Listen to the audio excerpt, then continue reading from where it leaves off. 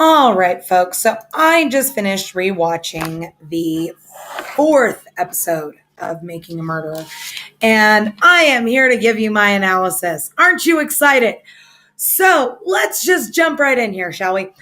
All right. So on the 12th of May in 2006, there was a hearing to suppress Brendan's confession. And of course, Kaczynski, the fucking slimeball, of course, was ineffective and it did not get suppressed. Not only did it not get suppressed, but here's something that I find really interesting. I don't know how many of you noticed this, but after the hearing, if you notice, the camera is fixed on a door. And out of that door comes Mr. Kratz, the little garden gnome from hell. Then immediately not immediately, but after that, out comes Fossbender. Oh, he of the 40-minute monologues during another person's confession.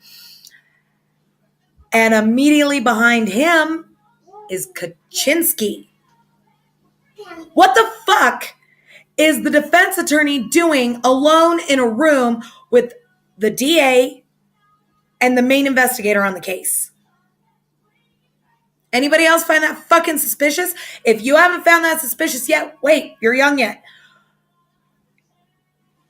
After they come out of that room, Kaczynski goes off to the side with his little investigator, Mike O'Kelly. And he stands there and he is talking to Mike O'Kelly for quite a bit of time, obviously. Very hushed, very behind the hand. And it's obvious that the filmmakers have been told by Kaczynski to back the fuck off because they're very far back and there's no subtitles. Okay?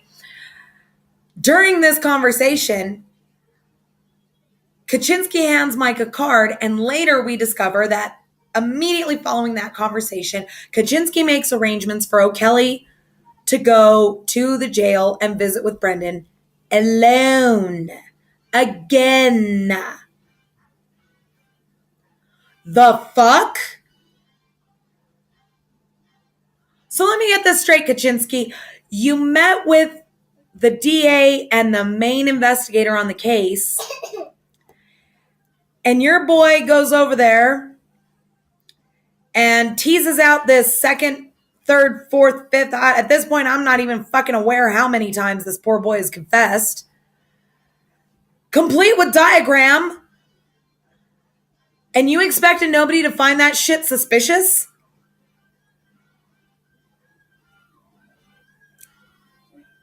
IRS, I think you need to check Kaczynski's taxes because, if he'll do this shit, I'm pretty sure that his ass is defrauding the IRS.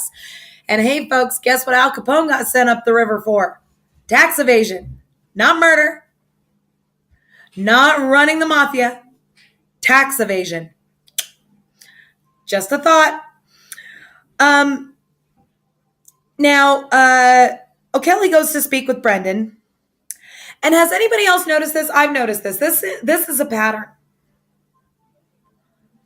Every time Brendan meets with an investigator or, O'Kelly or whoever, and they try to tease a confession out of him,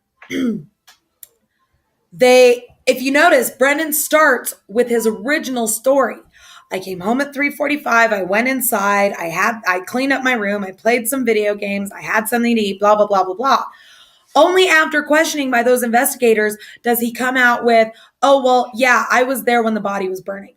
And then the next interview after that, oh, yeah, I was there when he pulled her body out of the trunk.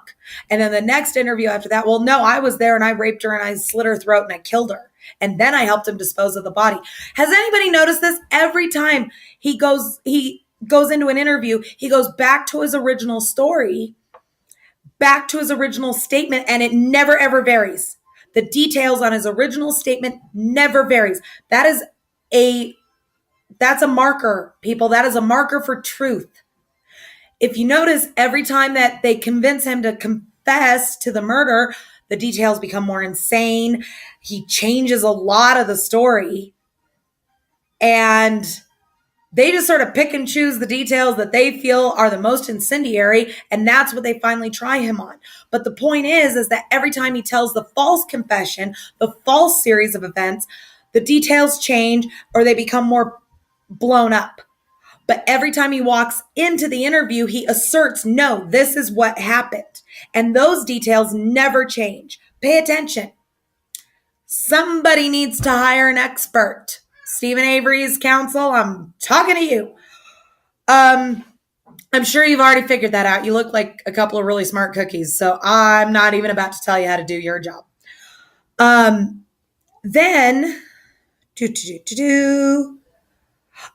and during that fucking interview, O'Kelly tells Brendan, I want you to testify against Stephen and tell the truth, or I can't help you. See, this is an earmark of these investigators. This is how you know they're coercing him. Every fucking time that they basically convince him to lie, they tell him, if you don't tell me this, I can't help you. He's 16. His mama can't help him. They don't got no money.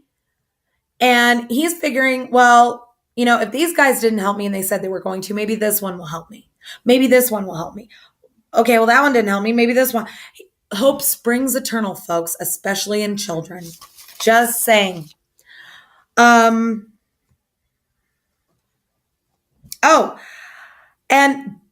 during when after the O'Kelly interview, Wiegert and Fossbender come out the very next day. Mike Kaczynski calls them and says, oh yeah, Brendan wants to talk to you.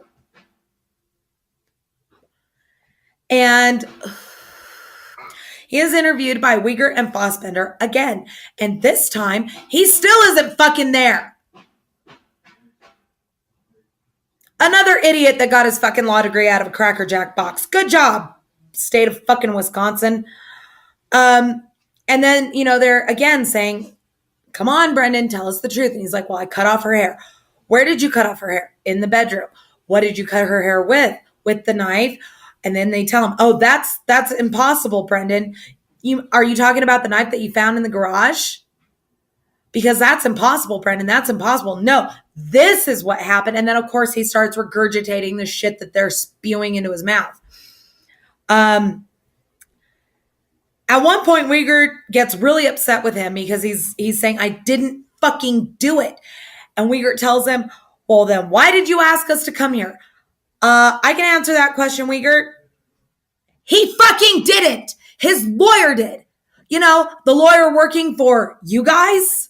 The one who says that he's a defense attorney, but he's not. He's working with the fucking prosecution.